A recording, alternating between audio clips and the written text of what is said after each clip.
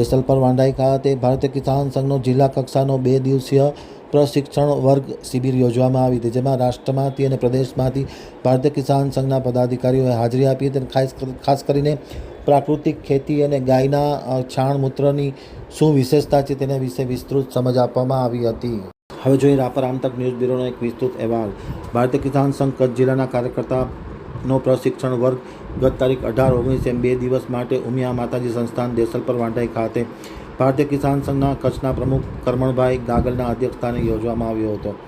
આ અભ્યાસ વર્ગમાં તમામ તાલુકાના કિસાન સંઘના પદાધિકારીઓ કાર્યકર્તાઓએ હાજરી આપી હતી. ભારતીય કિસાન સંઘના રાષ્ટ્રીય સહસંગઠન મંત્રી ગજેન્દ્રસિંહજી, ગુજરાત પ્રદેશના મહામંત્રી R.K. પટેલ, પ્રદેશ કોષાધ્યક્ષ નરેન્દ્ર પટેલ તથા પૂર્ણકાલીન રામુભાઈ સેરાસિયા સહિતના લોકો ખાસ ઉપસ્થિત રહ્યા હતા. પ્રમુખ કરમણભાઈ ગાગલ દ્વારા દીપ પ્રાગટ્ય કરી કેમ્પને ખુલ્લો મૂકવામાં આવ્યો હતો. 2 દિવસીય કાર્યકર્તા પ્રશિક્ષણ વર્ગમાં રાષ્ટ્રીય સહસંગઠન મંત્રી ગજેન્દ્રસિંહે તથા અન્ય પ્રદેશના નેતાઓએ પ્રાસંગિક ઉદ્બોધન કરી ખેડૂતોના જે પ્રશ્નો છે તેના ઉપર વિશેષ છણાવટ કરવામાં આવી હતી અને ખેડૂતો પણ રાષ્ટ્ર જે કામો છે તેમાં તન મન ધનથી લાગી જવા માટે અપીલ કરવામાં આવી હતી.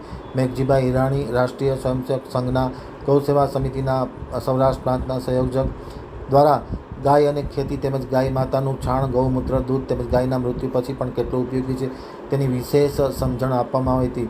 દયાભાઈ રૂડાણી, ભચાભાઈ માતા, પરસોત્તમભાઈ પોકાર, રામજીભાઈ છાંગા, શિવજીભાઈ ભરાડિયા, કિશોરભાઈ વાસાણી, મોહનભાઈ લીંબાણી, પ્રેમજીભાઈ લીંબાણી, ડાયાભાઈ ખેંગરભાઈ ચાવડા, કરમસીભાઈ ચમારિયા, કાનજીભાઈ ગાગલ, રતિભાઈ રાબડિયા, મંજીભાઈ પટેલ, શિવદાસભાઈ પટેલ, ધનજીભાઈ પટેલ, ચનાભાઈ મરણ, દેવજીભાઈ છાંગા, કુંભાભાઈ ચાવડા સહિતના લોકો ખાસ ઉપસ્થિત રહ્યા હતા અને અલગ અલગ પ્રકારના વક્તવ્યો આપવામાં આવ્યા હતા. સંચાલન મંત્રી વાઘજીભાઈ લીંબાણીએ સંચાલન કર્યું હતું. 110 જેટલા કાર્યકર્તાઓએ હાજરી આપી હતી.